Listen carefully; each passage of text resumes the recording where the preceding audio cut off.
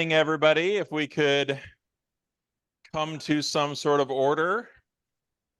Boy, oh boy, you guys online are missing out. There's a few people here. I'll turn the camera around at some point and we'll let you see the how many people are here. This is fantastic. And kind of a little sea of green over there with the oh wait. Oh wait. Ah.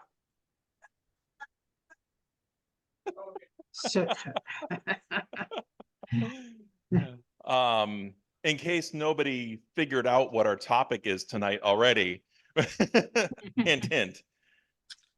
So yes, let's go ahead and get things started with the Pledge of Allegiance. So all rise. If you're wearing a cover, please remove it and join me in the Pledge of Allegiance. Pledge allegiance. Pledge allegiance to the flag of the United States of America and the republic for which it stands, one nation under God, indivisible, with liberty and justice for all. All right, thank you. You may be seated. Glad to see so many here. This is fantastic. I think this is the biggest turnout we've had in a while. This is great. And I see a bunch of new faces. So we'll get things started with the two new faces that I already know because I was at their exam on Saturday. It was hosted at our church in Pacific Beach. So please stand. You got your call signs already?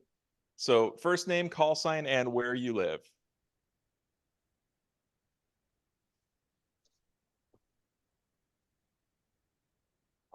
Okay. Oh, you didn't? Oh, no. Okay. Okay. All right. Did you pass? You did pass. Okay.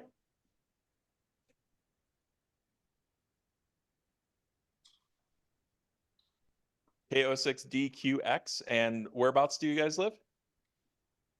Oceanside. Fantastic. Well, fantastic. And we'll be looking for you the next time Jay has a class. Great. Any other brand? Yes, sir. My name is Randy Powell. I'm the secretary from the West Palm Beach Amateur Radio Group in Florida. Oh, fantastic. And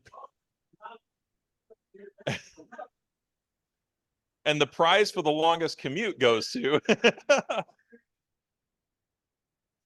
visiting my son who's stationed at Camp Pendleton. Oh, fantastic. And what was your call sign? KO4WTM. KO4WTM. Whiskey Tango Mike. And from West Palm Beach. Fantastic. Welcome. Glad you're here. Stallone's neighbor. My buddy Joe owns the property next door to it up there on the Falcon Mountain. So, Another Joe? Because Joe.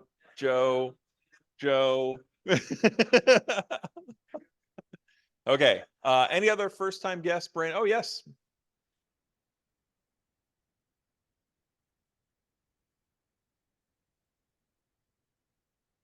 K06DOB. Delta Echo Bravo. Okay, fantastic. Welcome. Gotta love all the new hams. So we have so many people here. We're breaking out more chairs. Love it. Fantastic. And welcome again to this new space. We've moved from the facility across the street to the senior center, and it's a lot more. It's newer for sure. The projector is here already. I don't have to lug it around, and the sound system is great. Really love this space a lot better. It costs us a little bit more, but that's all right. You guys are worth it, right? Okay. Any other new hams? Oh, yes, sir. K06AYA. Okay. Welcome back. All right. I'm Don Harvey. I live in Carlsbad by the Cedar Town. My call sign is KG6BH. KG6BH. Welcome, welcome, welcome. Fantastic. Anybody else? First time, new hams, upgrades? Yes, sir.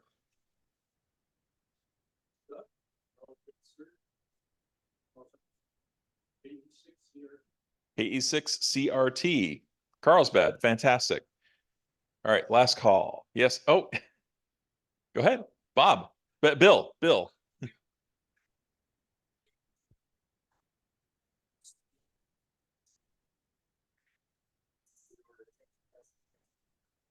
Wait, you went to Orlando to take your general?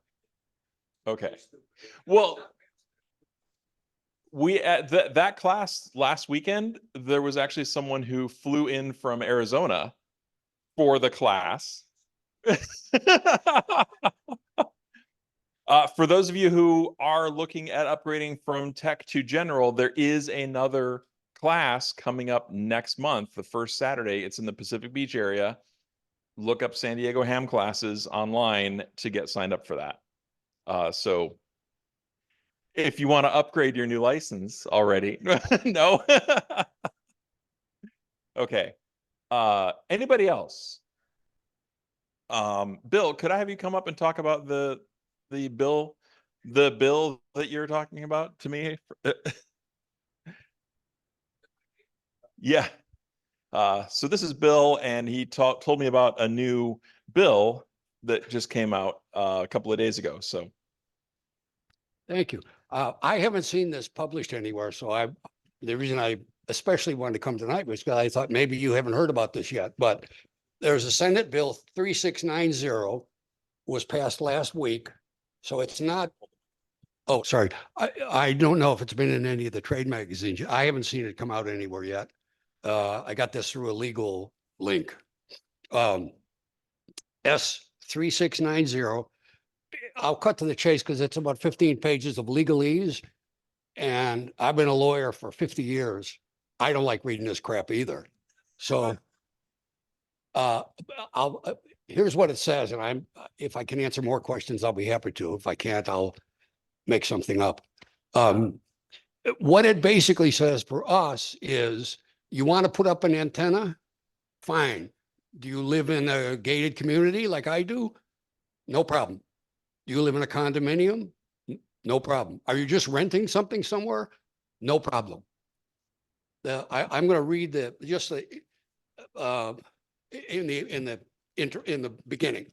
Congress finds the following: more than 77,000 amateur radio operators in the United States. Sorry, I got to get it out of my rainproof folder. Thanks. I won't read this whole thing, I promise you. Communications Commission, in this section referred to as the commission. Amateur radio, in addition to providing life-saving emergency communications at no cost to taxpayers, provides a fertile ground for technical self-training in modern telecommunications, electronics technology, and emergency communications techniques and protocols. There is a strong federal interest in the effective performance of amateur stations established at the residences of amateur operators.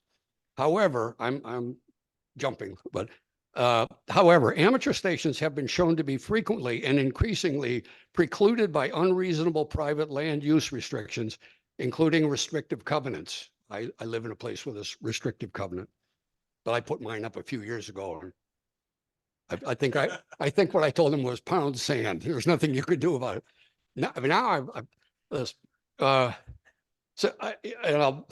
Cut me off if I'm reading too much of this, but commission regulations have for more than 3 decades prohibited state and local regulation of amateur station antenna structures that precludes or fails to reasonably accommodate amateur service. I tried to just highlight a few pieces so you didn't have to listen to the whole thing.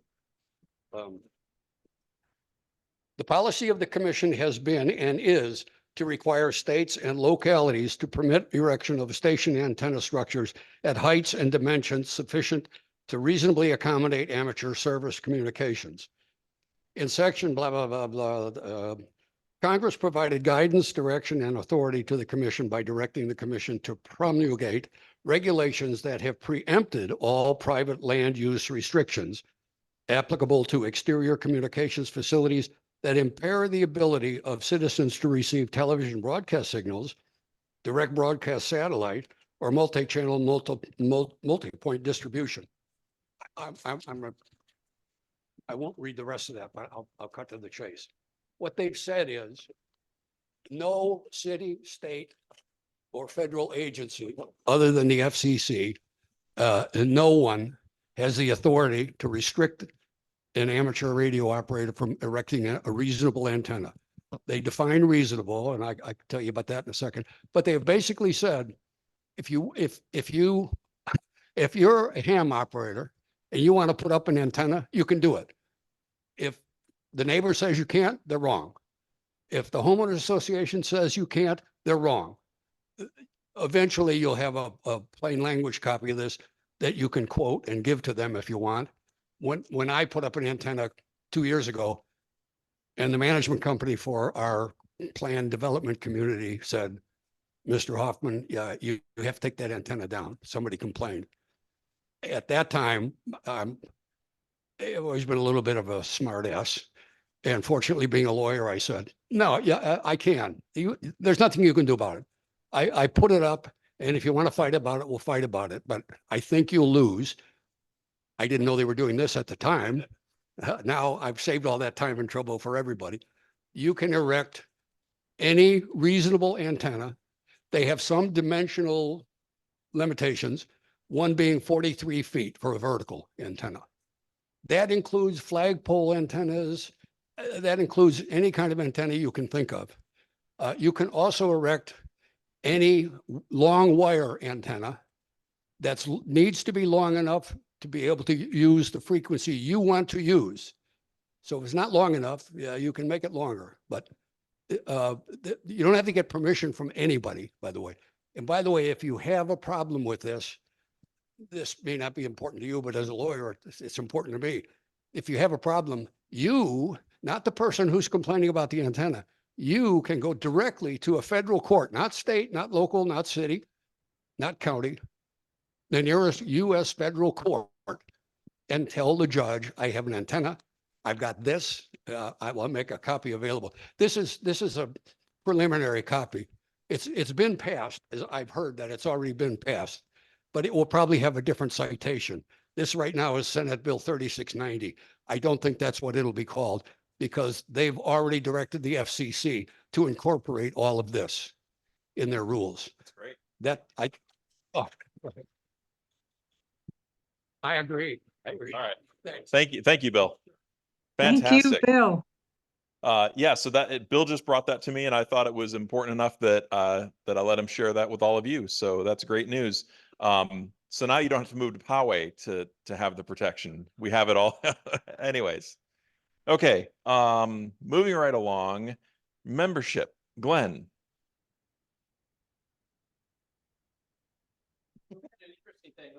The people online can't hear you. Oh, okay. Let me use the microphone. So we did an interesting thing. About 4 weeks ago, the repeater used by the Aries net failed about 5 minutes into the net. Unfortunately, no one said anything to the board or the people that help maintain it for at least 2 weeks. We had 1 week, we didn't hear anything about it. The next week, it failed again. I think me and someone else were monitoring it, and it failed about 5 or 6 minutes into the net. And the net was kind of short because not everybody QS wide over to the other repeater, the backup one.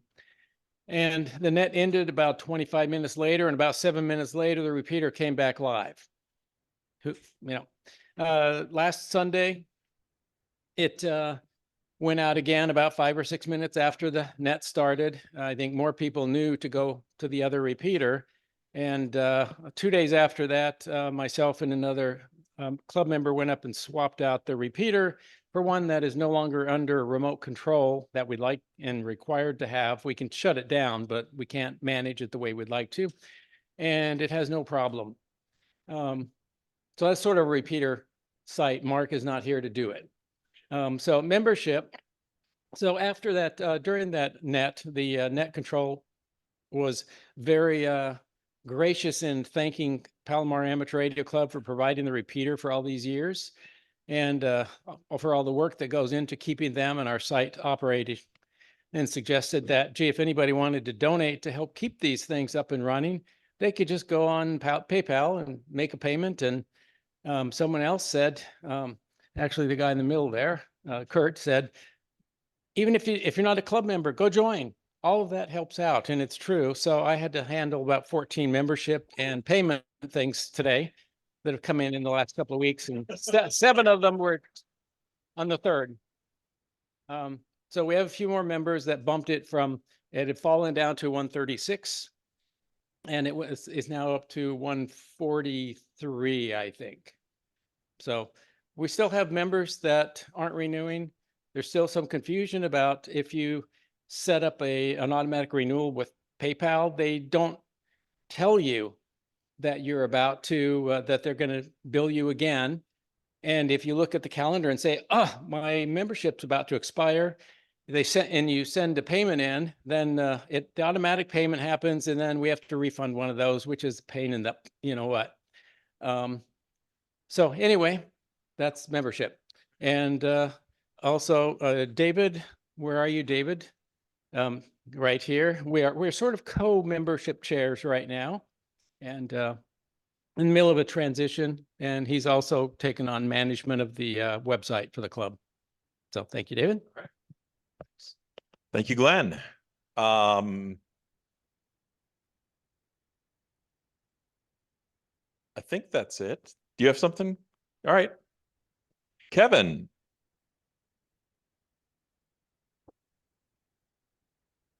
All right, this is very opportune that people from Oceanside are here. So I'm Kevin, AK6Z. I'm one of the youth folks in the ARRL, and most of the activity that I help happen has to do with scouting. So I just wanted to let you know that we have a regular drum beat. So the Boy Scout headquarters down at Camp Balboa, right next to the zoo, has an operating day the last Saturday of every month from between 10 and 3.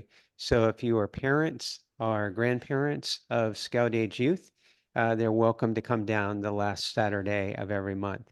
If they want to. That includes Cub Scout age. That's correct. Yes, Cub Scout age as well. Then next month, then every other month, odd month, the USS Midway does a radio merit badge. It's unique because all of the traffic required for meeting one of the requirements is done on the flight deck. And the scouts go up to individual planes. They can get in the cockpit and carry on their QSO, their radio conversation with net control from a cockpit. And then they can stay on the Midway the rest of the day, do whatever they want. Okay, that is the third Saturday of every odd month. Then for you folks that I want to talk to one of your fearless leaders after the meeting. Next month in Oceanside on Saturday, April 13th is the Be a Scout Fair.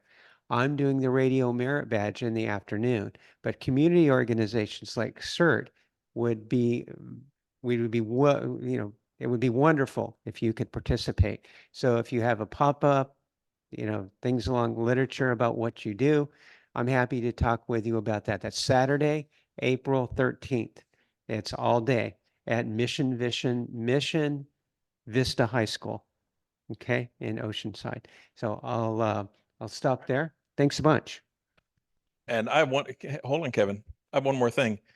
Kevin also received the Silver Beaver Scouting Award recently. So I'm going to give you a nice scout handshake for that. Congratulations. Okay. John, do you have anything on no? Okay. Okay. I think I've talked long enough that it's time for introductions. Yes, there you are. All right.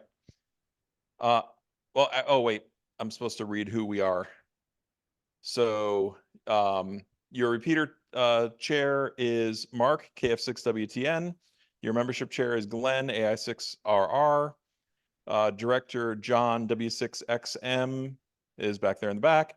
Other director Ron, AJ6FQ. Don't see him. Secretary Jim, W6TQS. And your vice president, Chris, KD9LF, and I'm your president, Joe K6JPE. So I will hand it over to Chris.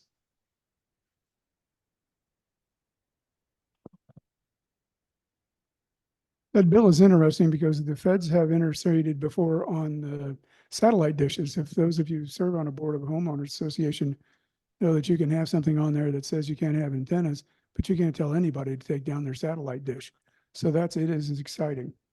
Without further ado, I want to introduce the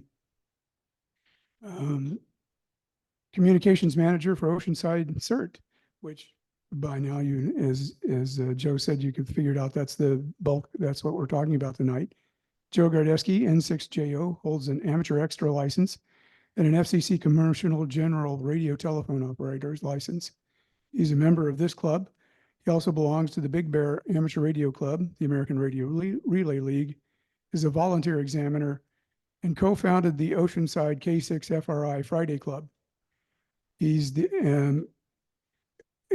as the communication manager for Oceanside CERT.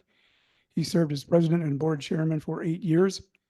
He has a Bachelor of Science in Electrical Engineering, has been a member of IEEE, and is recently retired small business owner in the electronic sector. He designed the Oceanside CERT fusion repeater system on 144505, for which he serves as the FCC trustee and the TASMA delegate. He is an Oceanside Fire Department volunteer and is the primary radio operator for the Oceanside City EOC ham radio station. He is the owner of a low-level N6J of the low-level N6JO C4FM repeater and host of the weekly Tuesday night North County C4FM digital roundtable. Joe lives in Oceanside with his amateur extra wife, W6DMG, Donna, who is also here tonight, where they're the proud parents of 3 sons who are all hams. Joe himself is an Eagle Scout, the father of an Eagle Scout, and a retired registered adult Boy Scout leader. He enjoys his older FT 736 and TS 930 rigs. He's a CW fan and especially enjoys combining his love of ham radio with various outdoor adventures. And I'm sure glad you're retired. I don't know how you do this and work. But without further ado, Joe, would you please come up?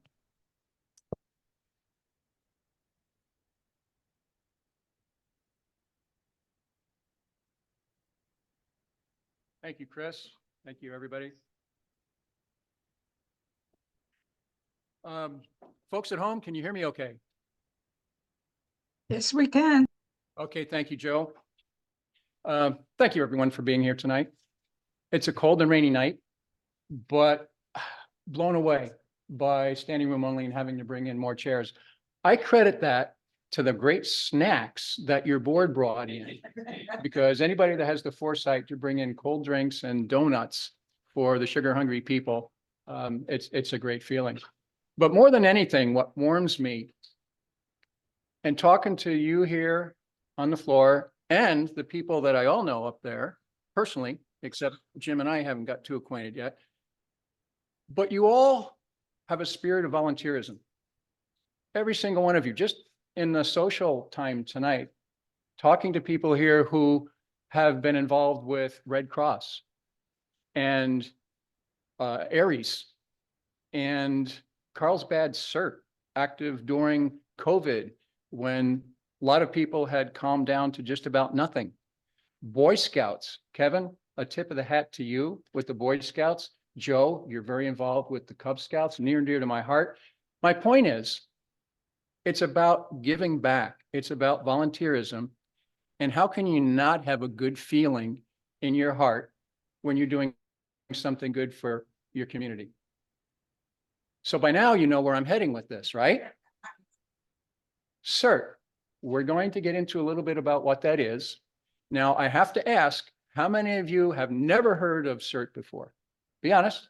Okay, good. I'm glad there's a few of you because I'll be talking to you, except for you, Greg. And how many of you belong to CERT?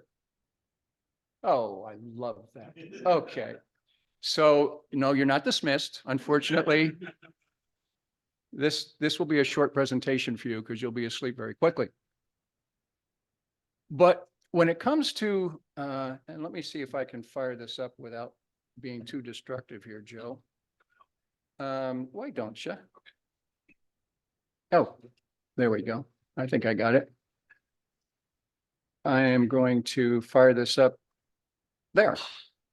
All right. Probably not sharing your screen yet, though. Okay, that's probably a good thing. Because they don't see me fumbling. Full screen, but now I have to get out of full screen to share my screen, right? Yes. All right. So let's do share screen. All participants? No, that was the sharing settings. So we can't Oh, it close says out that all. one. Who can share? Come on up here, Okay. Mr. Expert. So we're gonna, here, I'll take. So we're gonna close that. And we hit so you hit the arrow, you need Okay. to hit the big part. Share screen. All right. And then you wanted, what did you have? Let's make that smaller. And I don't know where you had the. You are so smooth. Thank you, Joe. Have I told you how nice it is to have Joe, the president of PARC, involved with Oceanside CERT? It's the gift that keeps on giving. And Dennis before him, thank you, Dennis, for joining Oceanside CERT. You know, I missed a beat there because I should say, as a preference, CERT and PARC have enjoyed a very long and mutually beneficial history together. We share a common interest in being prepared, a common interest in radio. I threatened my wife I was going to start this meeting with the old, "Hi, I'm Joe. I'm an addict, a ham radio addict." And she said, "Don't you dare." Oh, by the way, I was also reminded, Bill, thank you very much. That was very informative about the bill.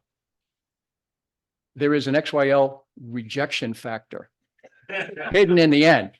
He said, everyone can do it. You could do it. FCC, this, that. No, that's the one that you get to the end says you can't do it. And you can't go around that, even federal court, Bill. I'm sorry. But you got to be a ham and then you can do it. This is what, no, you get her involved in Oceanside CERT, and then the giving and the reason for the antenna, and it, she becomes an extra. What can I say? Okay, so what is it we're going to talk about today before we get through the malarkey, right, Derek? I promised an overview of CERT, and thank you again, Steve, for the invitation to talk tonight.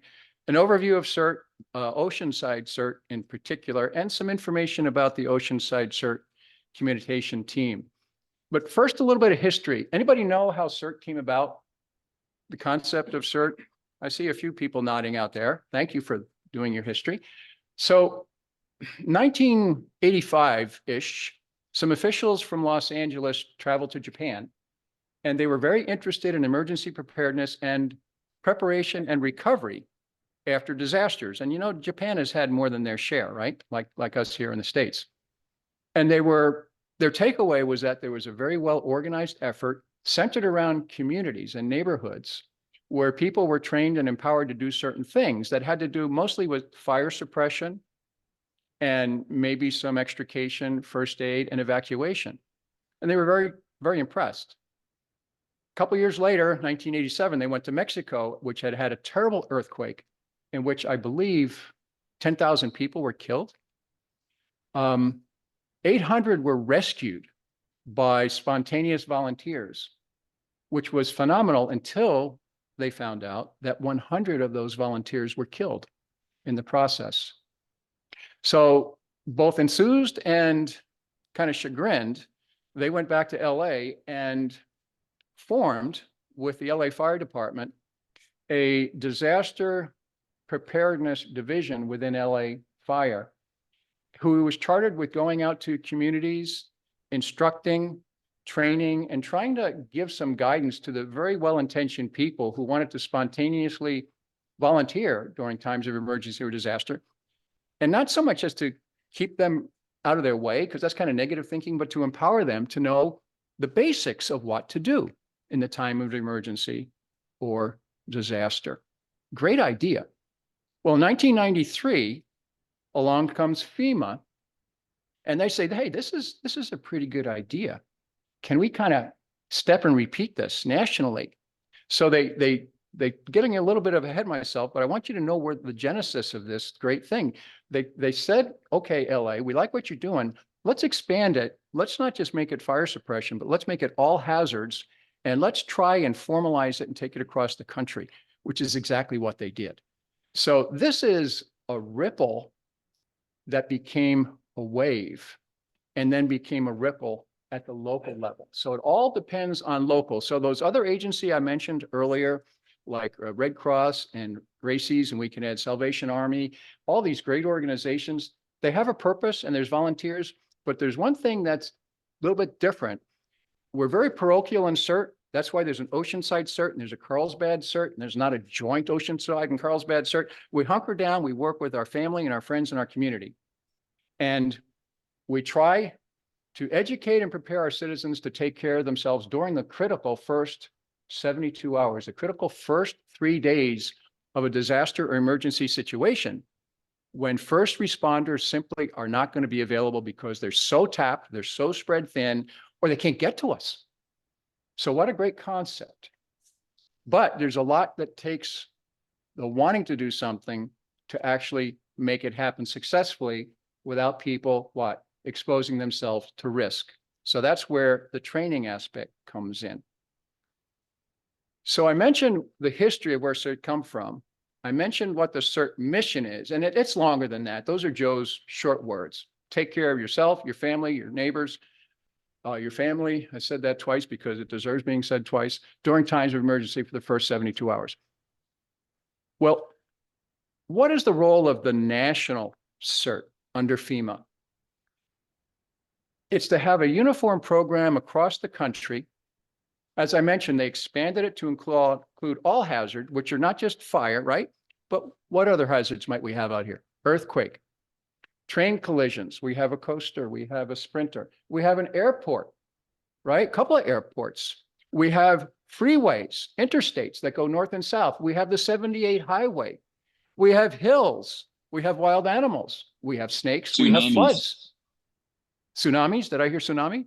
Thank you, John. Tsunamis. Yeah, believe it or not. And by the way, what is 100 miles from here uphill? A man-made earthen dam reservoir named Lake Henshaw. Do you know how long it's been? Well, I can tell you. One day I had religion when a fire chief was telling me that they have done all sorts of studies about the flooding along San Luis Rey in the central corridor where the 76 is. You know how long it takes? 10 hours for an 8-foot wall of water to come down if that dam ever breaks. I'm not trying to scare anybody. It's just that for whatever reason, I woke up, I'm living in Oceanside where things could happen that I don't anticipate. And I'm a Boy Scout, be prepared, right? I'm never going to hope for the worst, but I am going to try to prepare for the worst because I'm the dad. I got to take care of the family. By the way, my sons, our sons, all three are hams. They think they're going to grow up and take care of the family someday. Only one of them is in CERT though, so Don and I still have some more work to do. So FEMA would like this in their dream to be intended and the wave go out to all communities and not just the cities and states, but also tribal lands. And there are some CERTs on tribal lands. And the good thing about this is FEMA's implementation provides a foundation or structure in terms of guidelines, what the program should be, that there should be a government sponsor.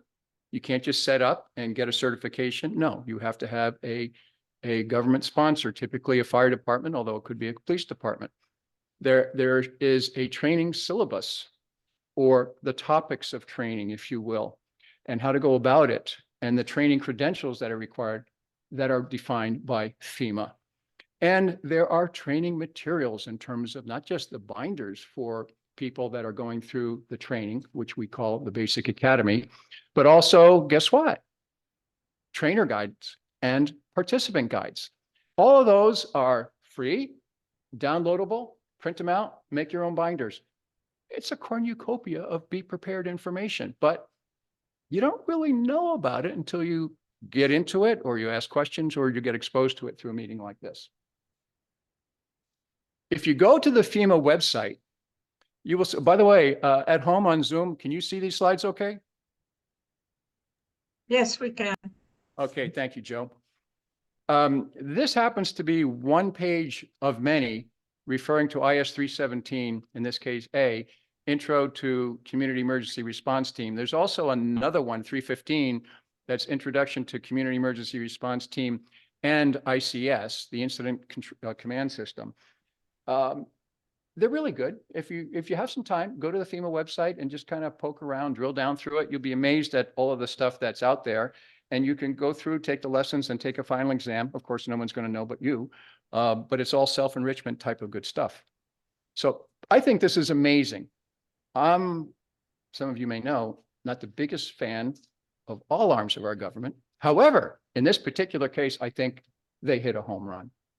Now, drop down to the county, in this case, San Diego County. There is a county OES, Office of Emergency Services. Now, within that office, there's a lot of things that go beyond CERT. There may be, public service and police and other things like that. And there is a county OES building down there, San Diego, right? Kearny Mesa area. And they do a great job of a lot of things. Races is very involved down there, by the way. And Kurt can probably tell us a little bit about that sometime. But there's also a San Diego Disaster Services Council there with a lot of different agencies and services. But of most interest to us is there's a San Diego County CERT Council. And they provide local guidelines to us and coordination on CERT programs and program issues and questions and answers for the local CERT programs like Carlsbad, Oceanside, Solana Beach, and so forth. One of the things that they do is provide a CERT code of conduct.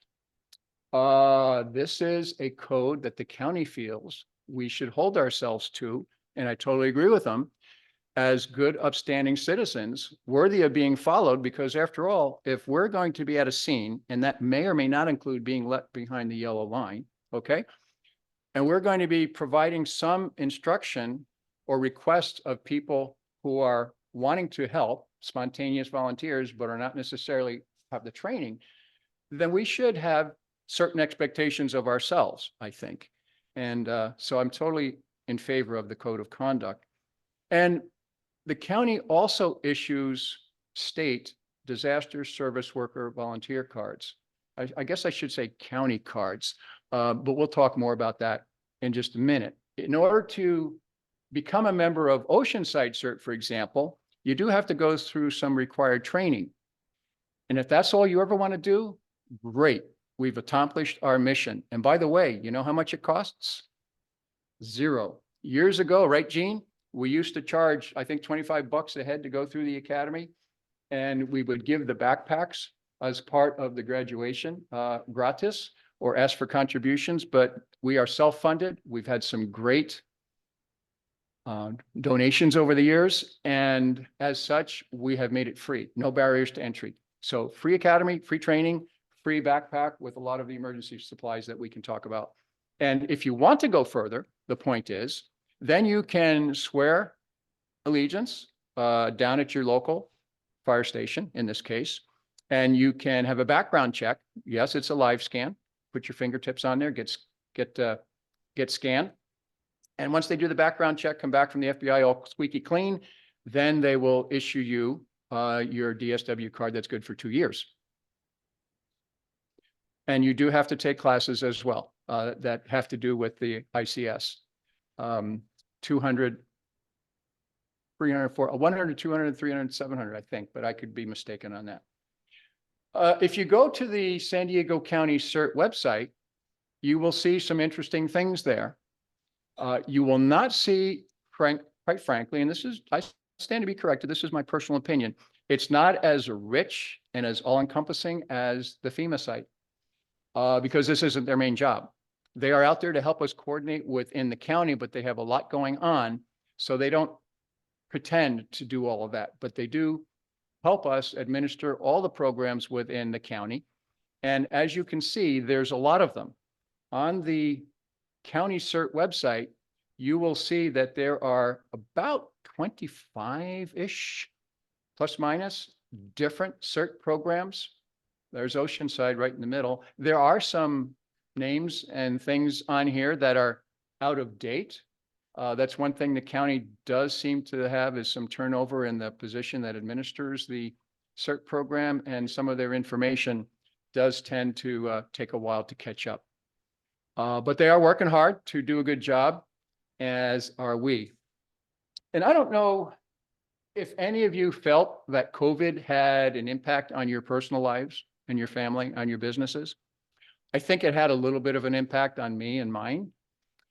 And it definitely had an impact on the city, on emergency services, and especially on CERT. There was a couple of years when we could not do anything that had to do with public facing things that we were used to doing for so long. There were some things that we did, and Jean and the Red Cross would do on her own, and Linda with the fire detectors and so forth. But all of the energy that we had with a lot of our training and academies and quarterlies and everything else, it was just flat because you couldn't do anything by mandate. Fortunately, all that's gone, but it's taking a while to spin back up. And there's, in our group, been a lot of turnover within the fire department. There's been retirements. There's been changes in position within Oceanside CERT and our program management. But I guarantee you, the fizz is getting back in the bottle. So the Disaster Service Worker Volunteer Program, if you want to, you can read this document. It's on that website as well. This one comes from the state, Cal OES. I will warn you, since Bill likes lengthy documents, he might enjoy it, but it's almost 100 pages long. And if you want to read what it takes to go through all of this stuff, somebody got paid to do this, but it is very involved, because if you are a disaster service worker, you are covered by workman's comp if you are called out officially by your sponsoring organization in what's known as an activation. If you go out as a local CERT group and there's not an official activation, or you're helping somebody in an accident, you can be covered by what? Good Samaritan. But that's very different. So we caution our CERTs, never self-deploy. If you're going to go out and try and help, make sure that it's all by the numbers. The fire department lets the program manager know, and we are officially activated, right, Gene? Got to do it by the numbers. Now, one last thing on the county. I mentioned that they try and help with coordination. It's not often, and it's been years since we had one. This was, I guess, 5 years ago. The county sponsored a training, a CERT training for all CERTs that wanted to come from the county. And we were there from Oceanside, and others were there from Carlsbad, the coastal communities, which have now merged their CERT programs, from my understanding, and so forth. And it was pretty neat. I don't want to get too far ahead of myself, but in some of these situations, they had a abandoned strip mall, like a Vons shopping store market, with wires hanging down and coolers that were open, and babies, dolls that were hidden, and fake mannequins that were away, and some flooding and electrocution. And it was a whole simulated emergency situation. And we had to use our training to go in and do search and rescue and like triage and first aid and so forth. And it was amazing how many things you forget when it comes to the real one, or fake real one. Okay, so that's the national, and a quick look at the county. Now closer to home, and this is probably going to be of more interest to you. Oceanside CERT is sponsored by the Oceanside Fire Department, and boy, do we have wonderful support from our sponsor. When our group first started, back in the fledgling days when we were still in the nest, there were some people within the fire department that were, who are these guys? Who are these people wearing the green? They were nice enough to say, don't bother me, but we could also tell that they really didn't want us to get in their way because they're professionals, right? And I get that. Nobody wants a Ricky Ranger following a policeman or a fireman down the street, just don't do that. So we absolutely don't do that. We don't come unless we're called or needed or wanted. But funny thing happened. We got to know the people, and it is a people business like anything else. We got to know the fire chief, who at the time was Daryl Hebert. And we got to know Joe Ward and Pete Lawrence and the division chiefs and the battalion chiefs and the captains. And a funny thing happened along the way. We spent a lot of time working on things, and we would say, hey, is there anything we can help you with? And we would do things at the fire training facility, would do things downtown. We would help them with their volunteer work. And one day the guy said to us, hey, could you help us do some mapping with our Bendix King radios? We're not sure how they work. We want to know if low power works better than high power. Okay. And, you know, we were kind of off. And then a new fire chief came to town by the name of, well, not the fire chief, but he was a battalion chief, became division chief, became fire marshal, and then moved on to become the fire chief up in Merced, I think, and by the name of Felipe Rodriguez. And Felipe was working on a master's, and part of the master's was working with a group like Oceanside CERT. And he put in standard operating procedures on the website, thought them all through, defined the roles, all the expectations, really structured it, and helped us lead us to a grant, a big grant from the federal government that was used for a lot of things within the fire department, but also he had heard us say, you know, we wish that we could have our own repeater someday. And why did we say that? Well, does anybody remember the great Southern California blackout of what year was it? What was it? Was it 2011? Thank you. When that recloser or whatever it was in Arizona went down, everything went down. It was darker than dark. I've never seen it so dark. My wife was stuck in Rancho Bernardo on like the third floor of an office building. She couldn't get out of the parking lot. The traffic signals were down. Everything was gridlocked. The gas stations couldn't pump. Cars were abandoned. People were walking and you couldn't see. Yeah, it was the wildest thing I've ever seen. I went up on my roof and I looked around. I could not see a light anywhere. No traffic lights, no street lights, no nothing. But the PARC repeater was working. There was a problem though. My wife was on the cell phone trying to talk to me. She couldn't get through because the circuits predictably were all busy. She had her HT talking to me on the 130 repeater or the 730 repeater until somebody got the bright idea that they were going to come on and be the new trail boss. Okay, it happens. Everybody's trying to be helpful. I'm not pointing fingers at anybody, but what we quickly realized, was that in time of disaster, if pandemonium can reign, it will. So we wanted to have a way that was a little bit less unpredictable, a little bit more, I hate to say under our control because it's ham radio. You don't control everything, you share everything. However, if you put up your own repeater and it has your own dedicated call sign, in this case, WF6OCS, then you can do some things and you can influence, you know, when you're the trustee. And so we got some money and we built a repeater and we put it up at 700 feet in Northeast Oceanside. And it's been working for over 10 years off of sunlight 24/7. And we just love it. So it is because we have a good relationship with the fire department that all things are possible. So I mentioned the Oceanside CERT standard operating procedure, and that is posted on our website. I'll give you that URL in a bit. There is a PM or program manager appointed by the fire chief that manages the CERT program. And our fire chief, David Parsons, appointed Karina Martinez as a program manager. Now the PM may appoint a program coordinator to help, but right now she's doing it all so she can get a feel. And what the program manager / program coordinator does is work on, you know, personnel funding, buying stuff, and arranging the training. And coordinating is a big part of it with the Oceanside CERT Board, liaison to the San Diego CERT Council. This is the first page of the SOP. I would, again, if you're interested, go to the Oceanside CERT webpage. It's all public information. Now, probably the most important part of CERT behind the scenes, certainly, is the Oceanside CERT Board of Directors. The board has an advisory role to the program manager, but in reality does so much more because the board holds the money. Nobody gives us anything. The board has the purse strings, controls the bank accounts, and funds everything.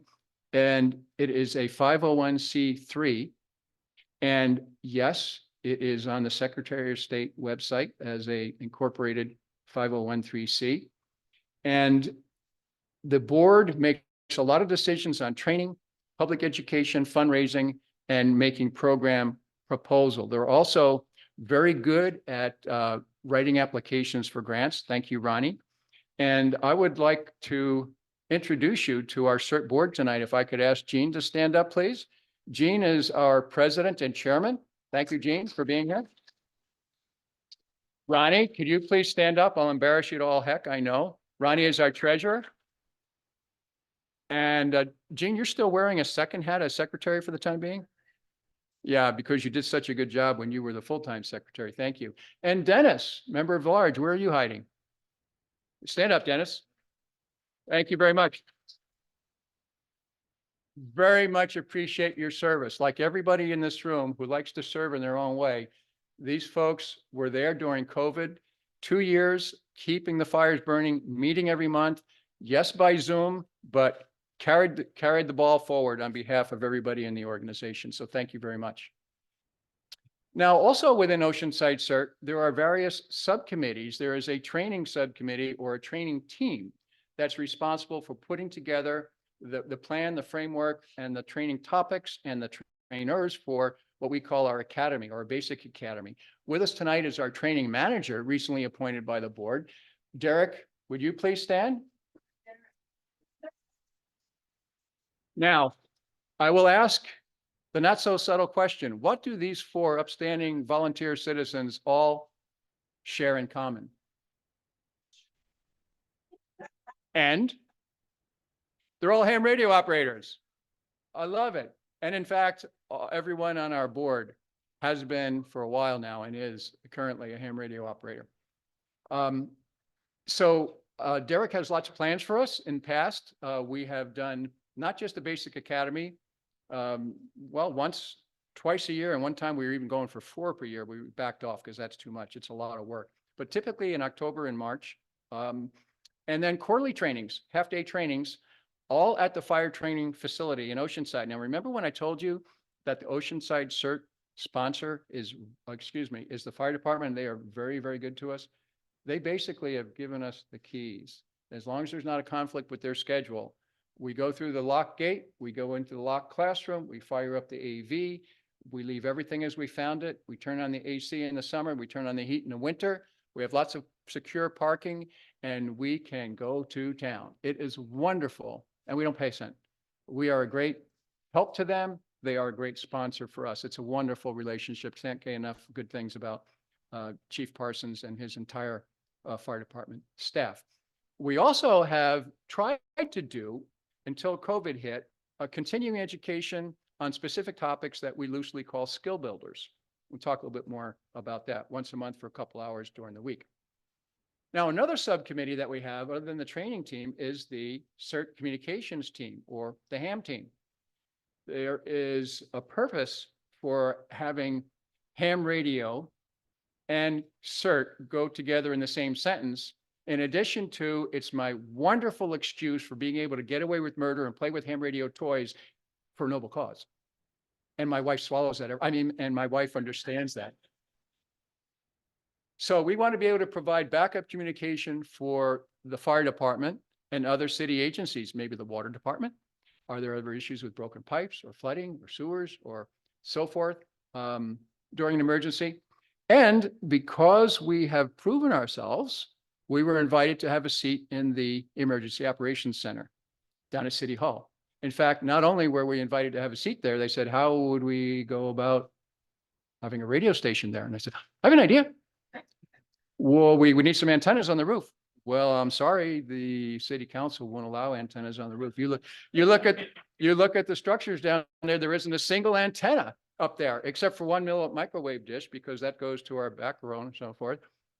Well, before we had that bill, and by the way, I saw that announced, but I didn't know that it had passed. So thank you for that. It doesn't look like it did. Actually. It looks like it was read twice, but it hasn't. I'm not sure it's come up yet. No, it's been introduced, that's it. This was very early. Oh, This was just a few days ago. I thought you said it was approved. I've already texted all my friends, put up their antennas, take them down.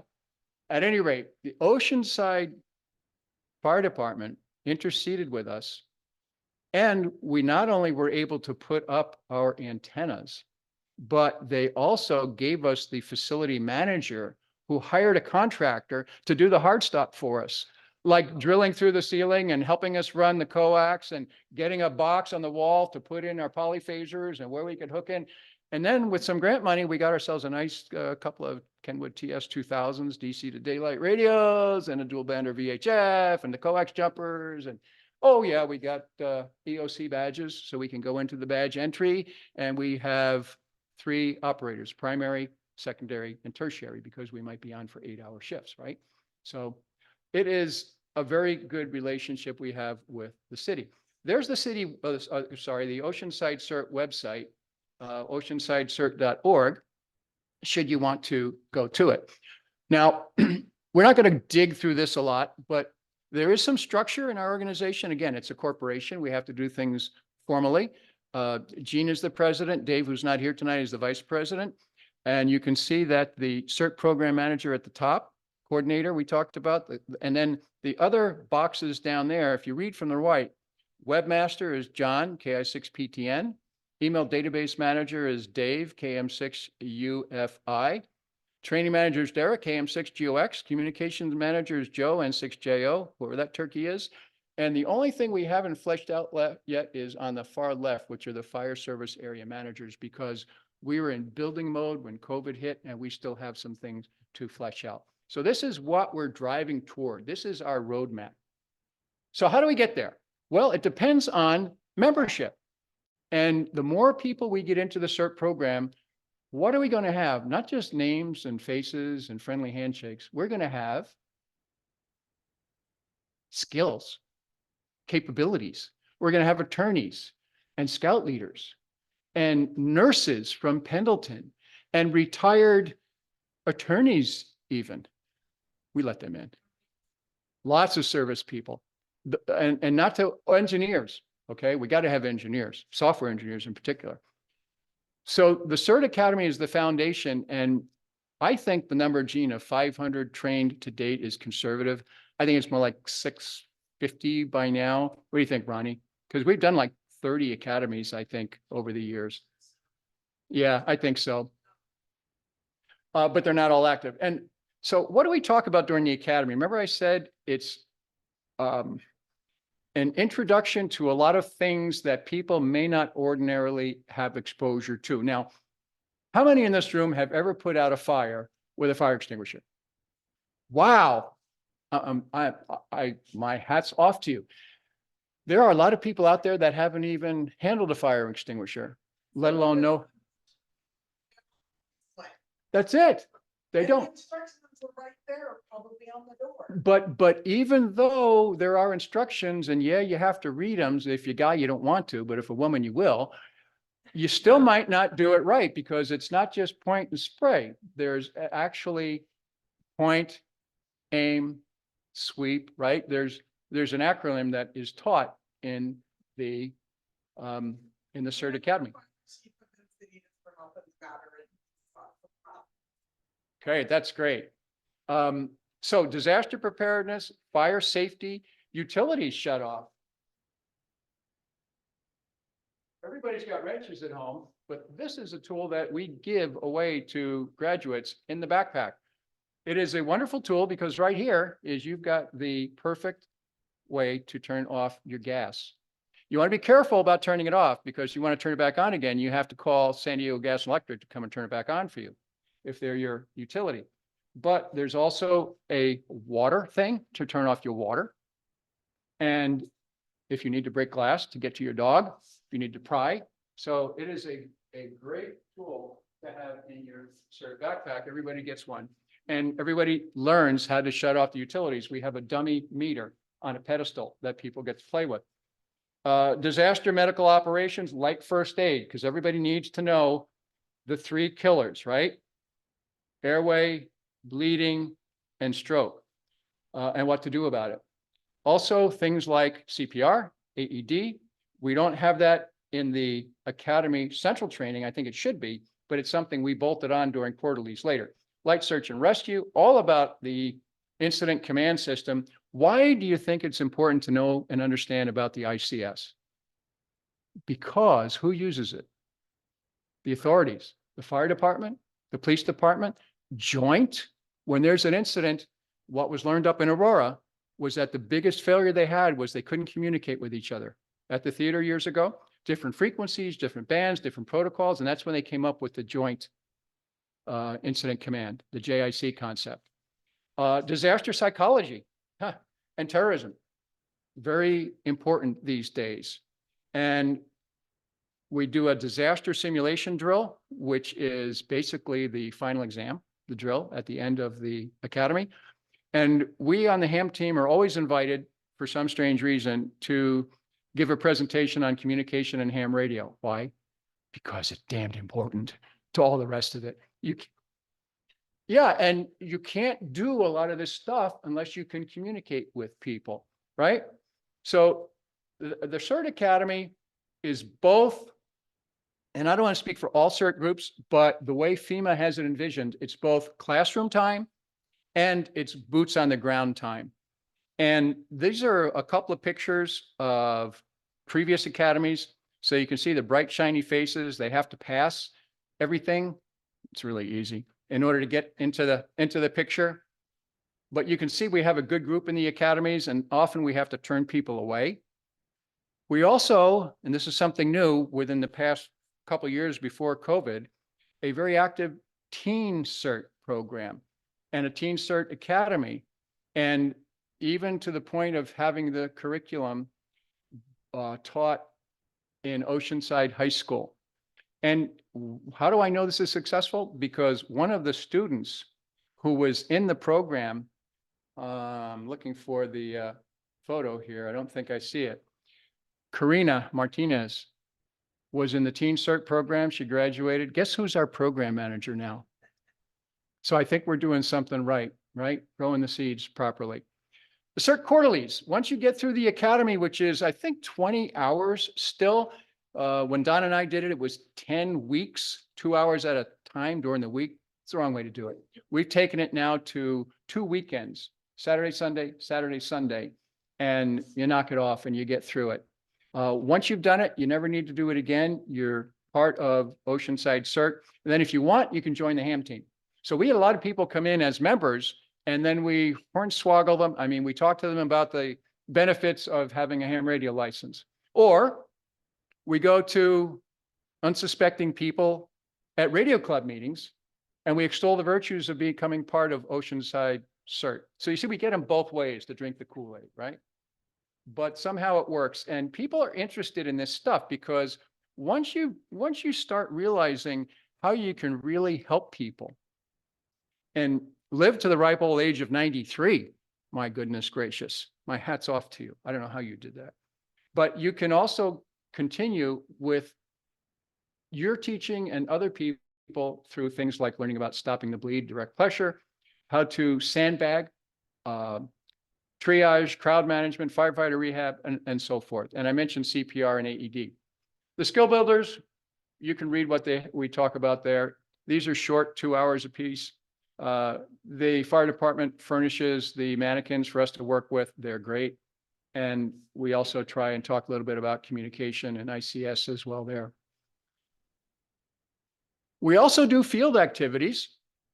This is not training. This is not classroom. This is actually get out with the public and outreach type of things. Harbor Days every year until COVID hit, down at the Round by the marina. And we actually have a space reserved for us right where you enter the Round next to the police department and the fire department. And it's a position of honor. And we asked, would it be okay to have PARC join us and set up a canopy and a table right next to us, right, Dennis? And so we started at that symbiotic relationship of co-presenting there at Harbor Days. And we've kept that up whenever we can at different events.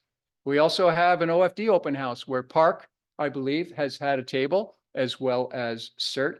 And it's so much fun to have the little kids play with the Bullock system, which is a fire suppression simulator. It's water in there. It's not a regular CO2 fire extinguisher, but they get to learn how to use a fire extinguisher under supervision, of course. We also participate in other things like, and you may not care about this, but it's public spirit, Independence Day parades and so forth.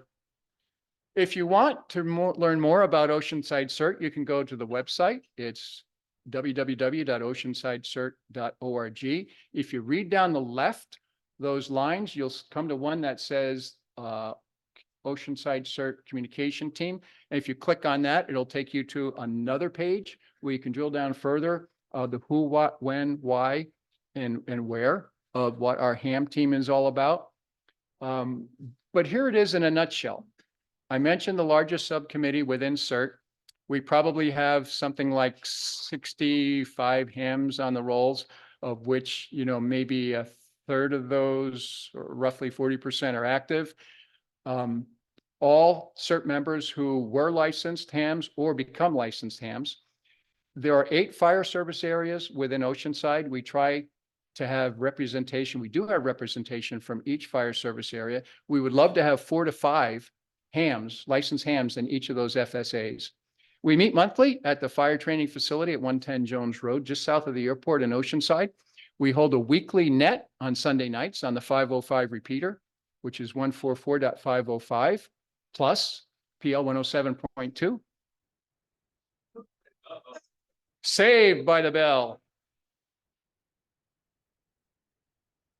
Donna, would you grab my charger out of there, please? We have a weekly net on the 505, and basically, you know how nets work, so I don't need to go through that. But this is germane because this is how we explain it to the fire department. We have a net control for our net, and then we have another operator at the EOC. So he does not have to do the field communication with all of those bodies out there and disrupt what's going on in the EOC. There are also people that may not be hams, but they may have FSA radios. And so what they do, in theory, is communicate with their FSA manager, who's a licensed ham, in through the net control op into the EOC. So we can be the eyes and ears of people in the community. Thank you so much, Joe.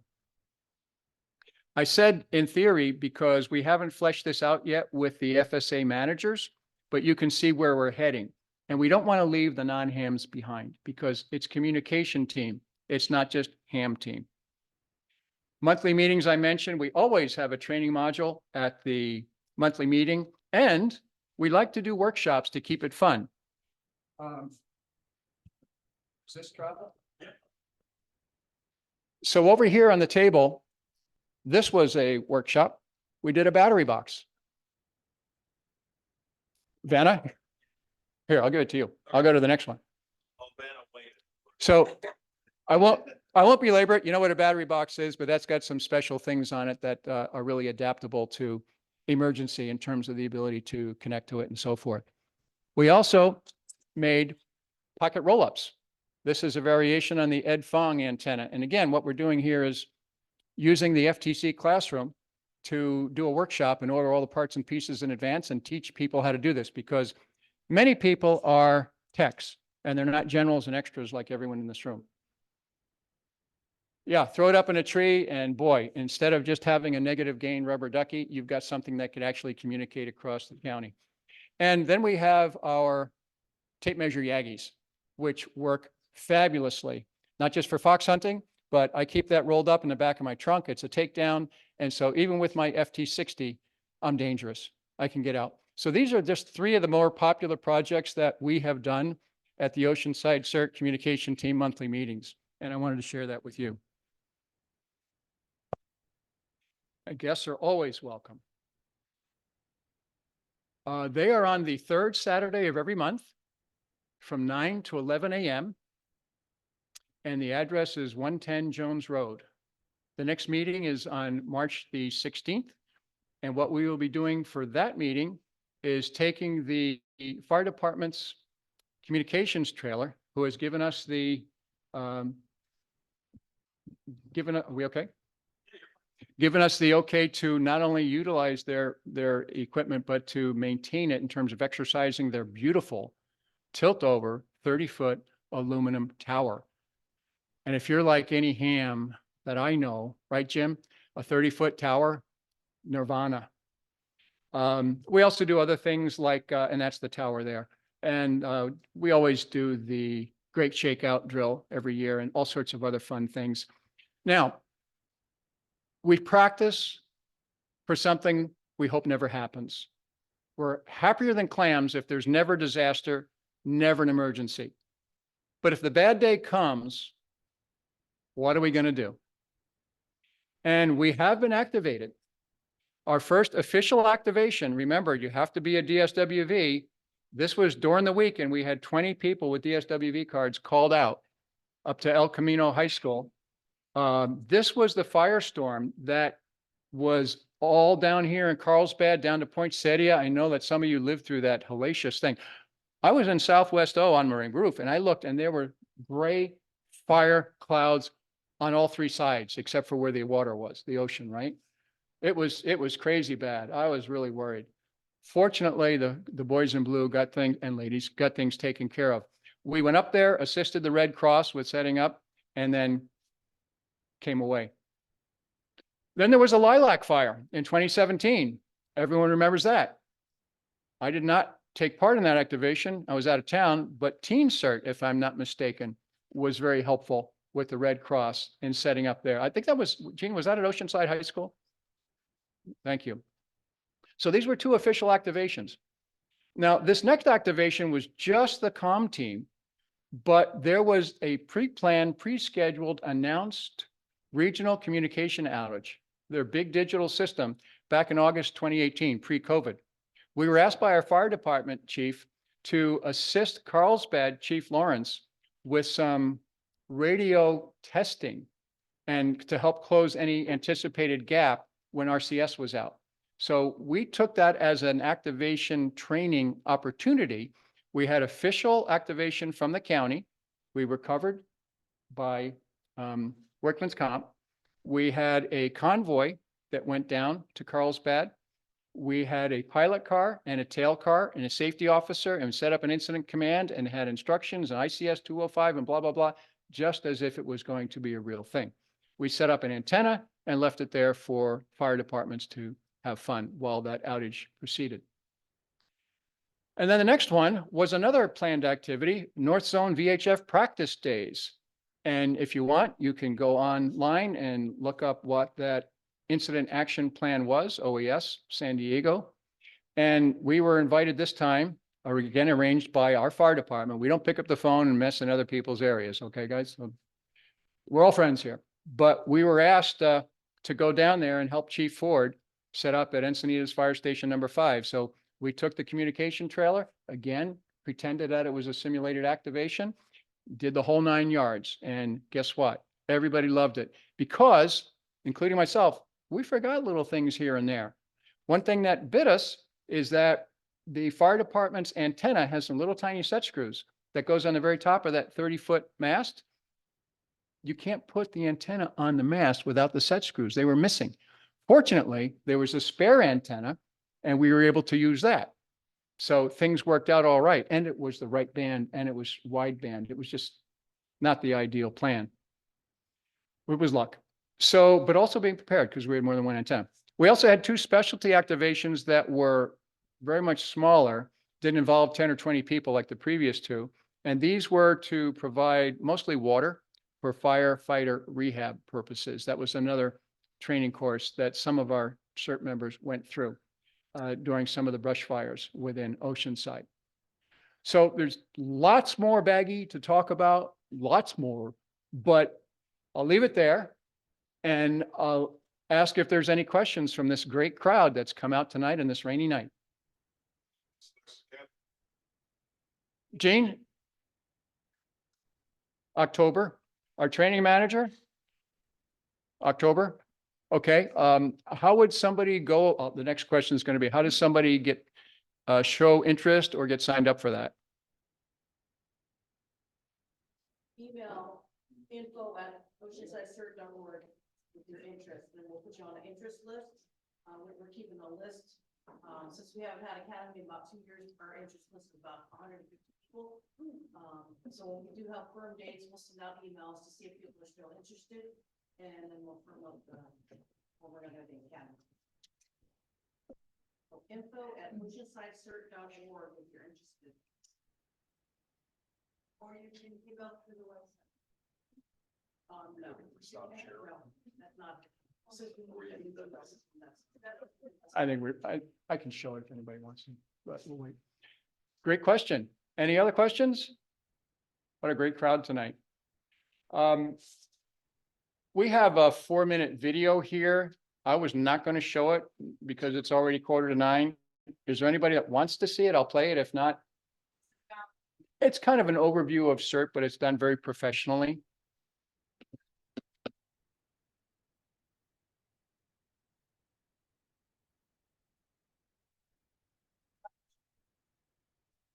Yeah. I'm going to let you do it. Yeah. I'll let the pro do it.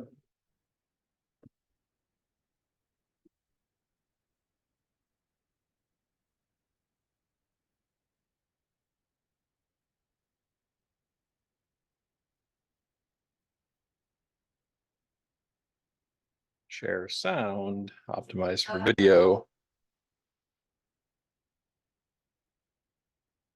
And then we also need.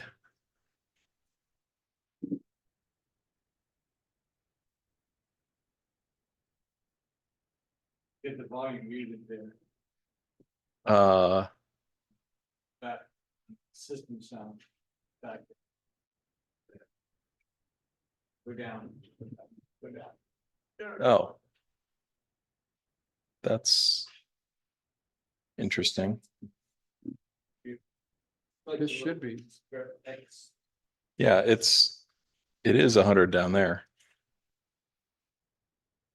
It worked earlier. Yeah, I know it worked. What would I you think do it's if you that found it's yourself? I think it's the wrong output.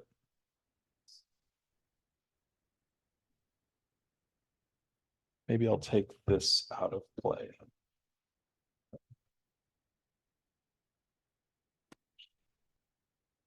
In the middle of a itself again? disaster or emergency Nope, situation? that didn't work. How would you respond? Would All you? right. Is this something that's available online? Yeah, Can you get me the link to that? We'll include it in the next scope. you bet. Okay. So that's what we'll do. So I'll stop the share and. Did you have more? No, other than thank you very much. I can't believe it. Thank you, Joe.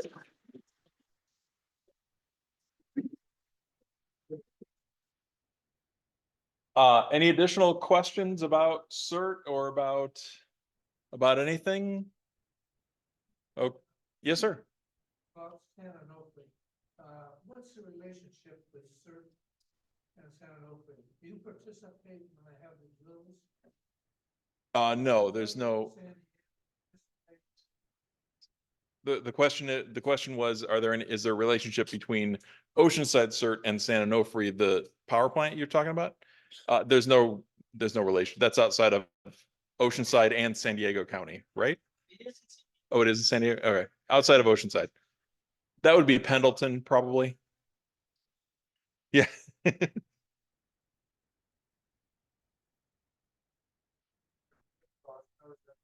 Government is at San Onofre and on drills. And actually had an incident. But I just wondered, when I was there was nobody representing San Diego. All right. Okay. You want to talk about next month? All right. We have an announcement about next month's program. Give us a moment here.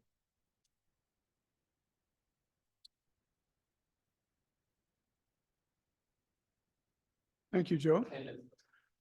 Next, April 3rd, this coming April 3rd, our next meeting, we will have Steve Waterman, who's on the board of directors of WinLink, but is also deeply involved with the Department of Homeland Security's CISA Shares program. That's Cybersecurity and Infrastructural Security Agency, and Shares is Shared Resources High Frequency Radio Programs. So they're in the 1 to 30 megahertz. They're outside the ham bands, but most of the people that are using it are ham radio operators. They are really the backbone for a lot of government agency programs. And I think it would be interesting. It is interesting to learn about it and what another chance for service in emergency communications.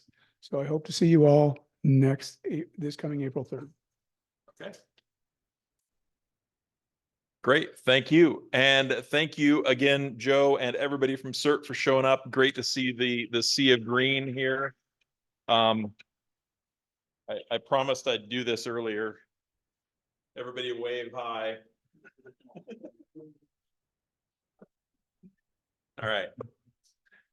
So we are here for, we made the decision to be in this room from now on. So spread the word, make sure everybody knows. We've got it on the website. We got it on in the scope that we're going to be here in this room. Great parking out there, great room here. So fantastic. Looking forward to seeing everybody next month. Thank you and good night.